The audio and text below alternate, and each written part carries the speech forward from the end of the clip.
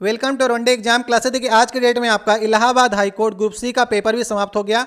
इस प्रकार से इलाहाबाद हाई कोर्ट के चारों पेपर आपके ड्राइवर, स्टेनो, ग्रुप डी और ग्रुप सी के पेपर आज से समाप्त हो गए। तो बहुत से छात्रों का मानना है कि आज की तारीख में जो पेपर पूछा गया था ग्रुप सी का, वे चारों पेपर में से सबसे कठिन पेपर में था। तो आप लोगों ने पेपर दिया होगा, आप लोग कमेंट बॉक्स में बता सकते हैं आपको पेपर कैसा लगा। हम आपके सामने 100% सही आंसर की लेकर आए। आप कहीं से भी इसे मिला सकते हैं, आपके लिए देर से सलूशन आएगा लेकिन सबसे सही उत्तर आपके सामने लेकर के आएंगे। अगर आपको वीडियो अच्छा लगे तो वीडियो को लाइक कर दीजिएगा। देखिए पहला क्वेश्चन पूछा गया था, निम्नलिखित श्रृंखला को पूरा करिए। अब देखिए श्रृंखला में आप पदों को देख रहे होंगे, 112.4 है, फिर 100 है, फिर 87.6 है। तो यहाँ पर से आप देख सकते हैं कि अगला जो पद आ रहा है वो 12.4 से कम होकर के आ रहा है। इसी प्रकार से 100 में अगर 12.4 कम करेंगे तो 87.6 मिलेगा। तो आप 75.2 में अगर 12.4 कम कर देंगे तो आपको 62.8 जो है उत्तर मिल जाएगा। तो सही विकल्प होगा चौथा। अगर आपको वीडियो अच्छा लगे तो वीडियो को लाइक कर दीजिएगा, चैनल पर नए हो तो चैनल को सब्सक्राइब कर दीजिएगा। देखिए दूसरा क्वेश्चन पूछा गया था, लुप्त संख्या को ज्ञात करिए। अब यहाँ पर भी आप देख सकते हैं जीएस के पार्ट में रीजनिंग को मिक्स किया गया था। इधर आपको हिंदी में लिखा मिलेगा, इधर आपको इंग्लिश में, जिधर आपको समझ में आता है वैसे आप इसे ट्राई कर रहे होंगे। यहाँ पर देखिए 2.5 से 4.25 हो रहा है। नेक्स्ट पर यहाँ पर देख सकते हैं, इसका मतलब कितने की बढ़ोतरी हुई है?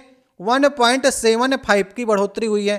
तो हर पद में आपको 1.75 जोड़ना है। तो 6 में भी आपको अगर नेक्स्ट पद चाहिए तो 1.75 जोड़ेंगे तो 7.75 इसका उत्तर होगा।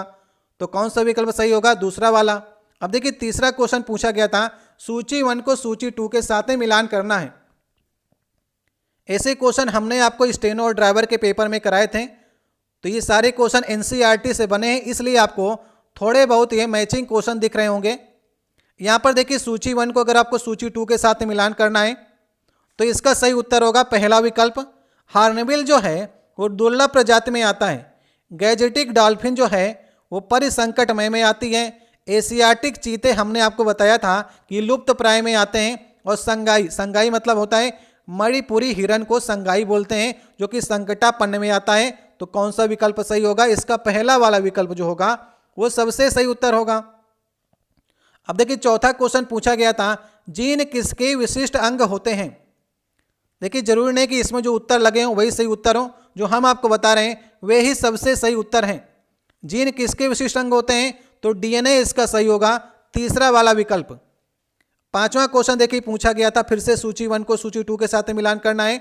यहां पर देखिए प्राकृतिक चयन, प्रजातिकरण, विलोपन और सहक्रम विकास, ऐसे आपको सूची 1 को सूची 2 के साथ में मिलान करना था। तो कैसे करेंगे आप? देखिए अगर आप यहां पर सोचने का प्रयास करेंगे तो सबसे पहले आप लाने का प्रयास करिए विलोपन को। विलोपन जो है वो प्रजातियों के क्षरण से संबंधित है। तो सी को अगर आप चौथे से मिला देंगे तो यहां पर से आप पहले और दूसरे ऑप्शन को गलत कर सकते हैं। समझ गए आप? अब यहां पर देखिए सहक्रम विकास, अगर आप सहक्रम विकास को देखेंगे चौथे वाले ऑप्शन को, इसका मतलब है अन्य जीवों के क्रम विकास को प्रभावित करता है सहक्रम विकास। तो डी वाले को आप दूसरे से मिला देंगे। प्राकृतिक चयन, यहां पर देखें प्राकृतिक चयन लिखा गया है। तो प्राकृतिक चयन मतलब कि अगली पीढ़ी को जीन अंतरित करते हैं प्राकृतिक चयन, ए को आप तीसरे से मिला देंगे। और प्रजातिकरण मतलब होता है नई प्रजातियों का जन्म, तो बी को आप पहले से मिला देंगे। तो तीसरा वाला विकल्प जो होगा वो सबसे सही उत्तर होगा इसका। देख लीजिए तीसरा विकल्प इसका। इसके बाद देखिए छठवां क्वेश्चन पूछा गया था, इकोलॉजी अध्ययन होता है। इकोलॉजी किसका अध्ययन होता है? तो इकोलॉजी दूसरा वाले विकल्प सही ऑप्शन है, उस विधि का जिसमें जीव अपने परिवेश के साथ में, ठीक है, परिवेश अवश्य शामिल होगा, अंतर क्रिया करते हैं। दूसरा वाला विकल्प जो होगा वो सबसे सही उत्तर होगा इसका। सातवां क्वेश्चन है, भारत सरकार की स्वामित्व योजना देश भर में कब स्टार्ट की गई थी? तो स्वामित्व योजना स्टार्ट की गई थी 2020 और 21 के बीच में। तो सही ऑप्शन होगा तीसरा वाला विकल्प। ठीक है, जितने भी उत्तर बताए जा रहे हैं वो सबसे सही उत्तर हैं। आठवां क्वेश्चन है, जमीन में नीचे की ओर भूमिमान भूजल के साथ अधोमुखी प्रदूषक क्या कहलाते हैं? तो ये कहलाते हैं लिचेट्स कहलाते हैं। पहला वाला ऑप्शन जो होगा वो सही आंसर होगा। नौवां क्वेश्चन है, व्यस्तम समुद्री मार्ग जो बिग ट्रैक रोड के नाम से जाना जाता है वो कहाँ से गुजरता है? बहुत से लोग इसे गलत करके आए, आप लोग भी इसे देखिए। इसका सही आंसर होगा उत्तरी अटलांटिक महासागर।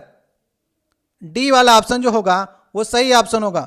विश्व के जितना भी विदेशी व्यापार होता है 1/4 जो होता है वो नॉर्थ अटलांटिक ओशियन में होता है।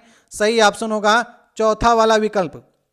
अब देखिए 10वां क्वेश्चन है, सूची 1 को सूची 2 के साथ में मिलान करना है।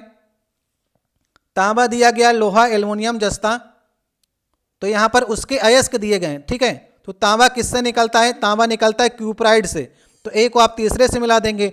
लोहे का हेमेटाइट होता है, लोहे का तो आप जानते हैं ना, हेमेटाइट, मैग्नेटाइट, तो बी को अगर आप चौथे से मिलाएंगे ना तो एक ही विकल्प आपके सामने होगा, दूसरा वाला। तो तांबा हो गया क्यूप्राइट, लोहे का हेमेटाइट, और एल्युमिनियम का हो जाएगा बॉक्साइट, ये भी आपको याद रहता है, और जस्ता का कैलीमाइन। तो सही ऑप्शन होगा दूसरा वाला।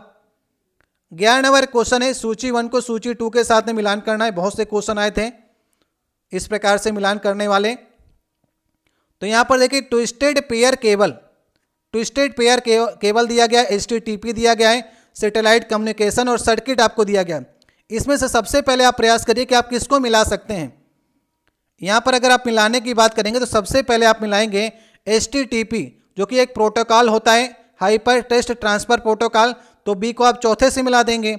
और सर्किट जो होता है वो स्विचिंग टेक्निक होता है, तो डी को आप दूसरे से मिला देंगे। इसके बाद ट्विस्टेड पेयर केबल जो होता है वो गाइडेड मीडिया होता है, तो ए को आप तीसरे से मिला देंगे। तो ए तीसरे से हो गया और बी हमारा चौथे से हो गया, और डी को हमने दूसरे से मिला दिया, तो सी बचा है। सैटेलाइट कम्युनिकेशन जो होता है वो अनगाइडेड मीडिया के लिए होगा, तो सी को हमको पहले से मिलाना होगा। सही ऑप्शन होगा इसका तीसरा वाला विकल्प। समझ गए? तीसरा विकल्प इसका सही ऑप्शन होगा।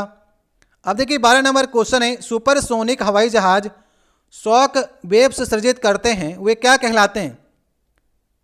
तो वह कहलाते हैं सोनिक बूम कहलाते हैं। दूसरा वाला ऑप्शन जो होगा वो इसका सही ऑप्शन होगा। 13 नंबर क्वेश्चन है, बाल लिंगानुपात में गिरावट को रोकने के लिए भारत सरकार ने प्रारंभ की गई योजनाएं, कौन सी योजनाएं? बेटी बचाओ बेटी पढ़ाओ, ये हरियाणा से स्टार्ट की गई थी। समझ गए? तो चौथा वाला ऑप्शन सही ऑप्शन है। अब यहाँ पर देखिए मार्को पोलो, इब्न बतूता, अल बुरूनी और फ्रैंकोइस बर्नियर को आपको मिलाना है, यात्री जो कि भारत में आए थे। आपको बताना है मिलान करके किस देश के यात्री थे ये। तो देखिए मार्को पोलो जो था वो इटली का था, तो ए को आप तीसरे से, अगर आप जानते होंगे मार्को पोलो बहुत फेमस है, तो पहला वाला ऑप्शन इससे सही हो जाएगा। समझ गए? ए वाले को तीसरे से पहले वाले ऑप्शन में मिलाया है। यहाँ पर देख सकते हैं इब्न बतूता जो था वो मोरक्को का था, तो बी को आप पहले वाले से मिला देंगे। समझ गए? मार्को पोलो को इटली से, इब्न बतूता को मोरक्को से, अल बरूनी जो था वो उज्बेकिस्तान का था, और फ्रैंकोइस जो था वो फ्रांस से था। तो सही ऑप्शन हो गया इसका पहला वाला विकल्प। भारतीय पुरातत्व शास्त्र के पिता किसे कहा जाता है? इसका सही ऑप्शन होगा अलेक्जेंडर कनिंघम को कहा जाता है। लास्ट वाला ऑप्शन सही ऑप्शन होगा। 16 नंबर क्वेश्चन है, किसी राष्ट्र की वृत्तिक संरचना का अर्थ वितरण विभाजन से जो किस पर आधारित होता है? यह आधारित होता है व्यवसाय पर, ठीक है, प्रोफेशन पर आधारित होता है, स्किल पर। सही ऑप्शन होगा तीसरा वाला विकल्प। 17 नंबर क्वेश्चन है, देखिए सूची 1 को सूची 2 के साथ में मिलान करना है। ABCD करके ये 4 ऑप्शन आपको दिए गए हैं। यहाँ पर देखिए FYP का मतलब है 5 ईयर प्लान, ठीक है। तो पहला जो 5 ईयर प्लान आया था वो उसका लक्ष्य था शरणार्थियों का पुनरावास एवं मुद्रास्फीति नियंत्रण, तो ए वाले को आप तीसरे से मिला देंगे। दूसरा वाला FYP का लक्ष्य जो था वो आपका लक्ष्य था त्वरित औद्योगिकीकरण, तो दूसरे वाले का था, दूसरा वाला मिला दीजिए। और 7 से 12 वाले जो 5 ईयर प्लान था वो त्वरित एवं समावेशी श्रमवृद्धि, तो सी वाले को आप पहले से मिला देंगे और डी को डी से मिला दीजिए। तो कौन सा ऑप्शन सही होगा? तीसरा वाला विकल्प, ठीक है। ए को तीसरे से, बी को दूसरे से, सी को पहले से और डी को चौथे से। तीसरा वाला विकल्प जो होगा वो इसका सही उत्तर होगा। अब देखिए यहाँ पर लिखा गया है वर्ग को घन में और वृत्त को आप कैसे चेंज करेंगे। देखिए यहाँ पर आप 2D और 3D को समझिएगा, यही क्वेश्चन पूछा गया है। वर्ग जो होता है वो 2D में होता है, अगर उसे आप 3D में चेंज करेंगे तो घन में चेंज हो गया।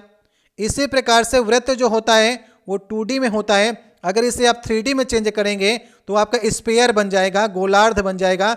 सही ऑप्शन होगा दूसरा वाला, तो इसका दूसरा वाले विकल्प सही ऑप्शन होगा। 19 नंबर क्वेश्चन है, निम्नलिखित में से 42वें संविधान संशोधन 1976 में शामिल नहीं था। तो क्या चीज इसमें शामिल नहीं थी? 10 मौलिक कर्तव्य जोड़े गए थे, बिल्कुल सही बात है, जोड़े गए थे। प्रस्तावना के शब्दों में परिवर्तन किया गया था, बिल्कुल 3 शब्दों में परिवर्तन किया गया था। मतदान की आयु को 21 से घटा करके 18 की गई थी, ये बात गलत है।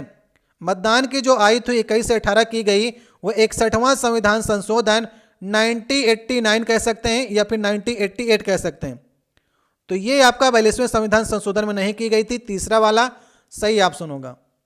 ठीक है, नेक्स्ट देखिए 20 नंबर क्वेश्चन है, United Nation Environmental Programme UNEP का मुख्यालय कहां पर है? बहुत से लोगों ने UNDP समझा होगा, तो UNEP आपसे पूछा गया था। सही ऑप्शन है केनिया के नैरोबी में है, तो पहला ऑप्शन सही ऑप्शन होगा। समझ गए आप? 21 नंबर क्वेश्चन है, जब हम यह कहते हैं भारत संघीय शासन प्रणाली है, तो इसका अर्थ क्या होता है? तो इसका अर्थ होता है देश में भिन्न भिन्न राज्यों और प्रांतों के पास अपने कानून बनाने का, निर्णय लेने का अधिकार है। तो हमारा जो देश है वो संघीय शासन है, क्योंकि हमने अपने सारे राज्यों को मिला करके उनके कानून बनाने के अधिकार भी उनको दिए हैं, इसलिए डी वाला ऑप्शन जो होगा वो सही विकल्प होगा। 22 नंबर क्वेश्चन है, पेरिस के ग्रैंड सेलोन का सबसे युवा और एकमात्र एशियाई सदस्य कौन था? तो सही ऑप्शन होगा अमृता शेरगिल, एकमात्र सदस्य थी, जो कि चित्रकार हैं, आप इनका नाम जानते होंगे। 1933 में उन्हें यह सम्मान मिला था। सही ऑप्शन होगा तीसरा वाला अमृता शेरगिल। 23 नंबर क्वेश्चन है, बुद्ध की शिक्षाएं कथाओं से पूर्व रचित की गई हैं, जो कि मुख्यतः किसमें पाई जाती हैं? ये आपकी पाई जाती है सूक्त पिटक में। सही ऑप्शन होगा तीसरा वाला विकल्प। 24 नंबर क्वेश्चन है, कौन भारतीय इतिहास में सर्वाधिक महत्वपूर्ण शासकों में से एक चंद्रगुप्त द्वितीय, जिसे हम लोग चंद्रगुप्त विक्रमादित्य भी कहते हैं, उनकी पुत्री का नाम आपसे पूछ रहा है। तो पुत्री का नाम क्या था? प्रभावती गुप्त। सही ऑप्शन होगा पहला वाला। चंद्रगुप्त द्वितीय के अगर पुत्रों की बात करेंगे तो कुमार गुप्त और गोविंद गुप्त, और पुत्री का नाम था प्रभावती गुप्त। सही ऑप्शन होगा पहला वाला। 25 नंबर क्वेश्चन है, लुप्त संख्या की सहायता से इस पैटर्न को आपको पूरा करना है। ये पैटर्न आपको दिया गया है, करने का प्रयास करे होंगे आप लोग। देखिए यहाँ पर 3 पैटर्न है, अगर आप 3 को देखिए, 7 को देखिए, 4 को देखिए, तो इन अगर दोनों को जोड़ लेंगे तो बीच वाला 7 आपको मिल जाएगा।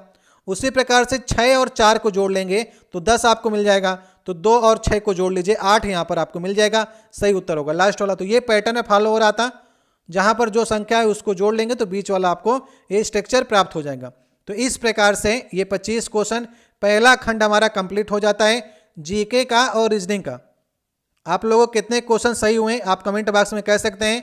अगर आपको किसी प्रश्न में डाउट होता है कि इसका उत्तर ये से ये हो सकता है, तो आप कमेंट बॉक्स में कह सकते हैं, हम देखने का प्रयास करेंगे। वैसे हमने आपको 100% सही आंसर की आपके सामने बताई है, आप लोग इसे एक बार फिर से देख लीजिएगा। आपको वीडियो कैसा लगा? वीडियो अच्छा लगा तो लाइक करिएगा। अगर आप लोग चाहते हैं इसका नेक्स्ट पार्ट ही बनाएं, नेक्स्ट पार्ट हिंदी का है, उसके भी आपको 100% सही उत्तर बताएंगे। अगर बताएंगे तो देर से आएगा सोल्यूशन, लेकिन आपके लिए सही सोल्यूशन लेकर के आएंगे। मिलते हैं नेक्स्ट वीडियो अच्छा लगे लाइक करिएगा, और आंसर सही लगे तो शेयर करिएगा।